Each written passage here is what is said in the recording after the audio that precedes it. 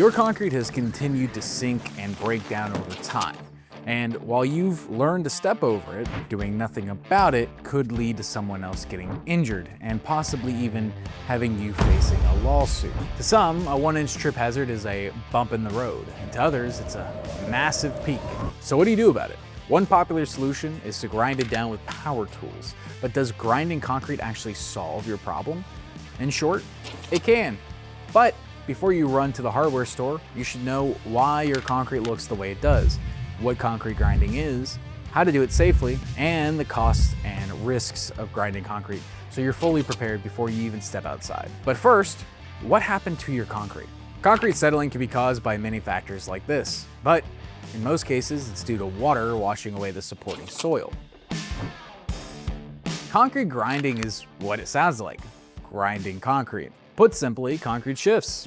When it does, that once flat transition between slabs becomes jagged and creates a trip hazard. And grinding that concrete can be a quick and cheap way to smooth the surface to a more even level. It's important to know that in most scenarios, grinding is only a short-term solution.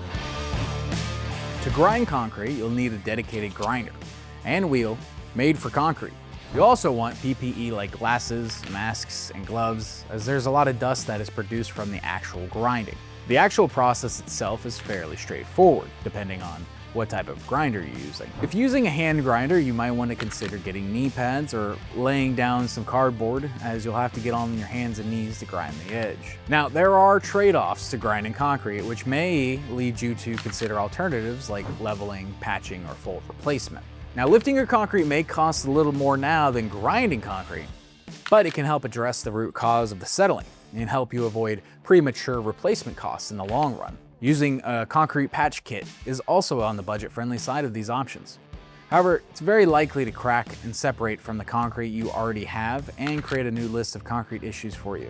And concrete replacement is great, giving you a fresh slab of concrete with a new lifespan, but only if you're willing to foot the hefty bill. Compared to those alternatives, concrete grinding is usually a more cost-effective way to clear trip hazards and level edges initially. The fact is, sanding down concrete weakens the slab and can expose you to premature replacement costs, as well as ruining the looks of the original slab. By grinding the surface, you're inviting water to enter the porous concrete like a sponge, causing extensive damage by contracting and expanding in the winter months, also known as the freeze-thaw cycle. If budget is your biggest constraint and you need a solution right now, grinding is a good option.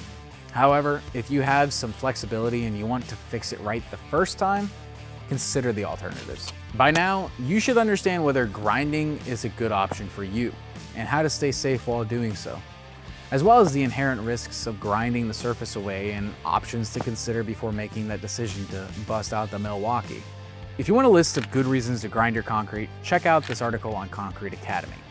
And if you're unsure about your concrete specifically, get a free quote at a1concrete.com. We will help you pick the best method for your repair, even if it isn't with us.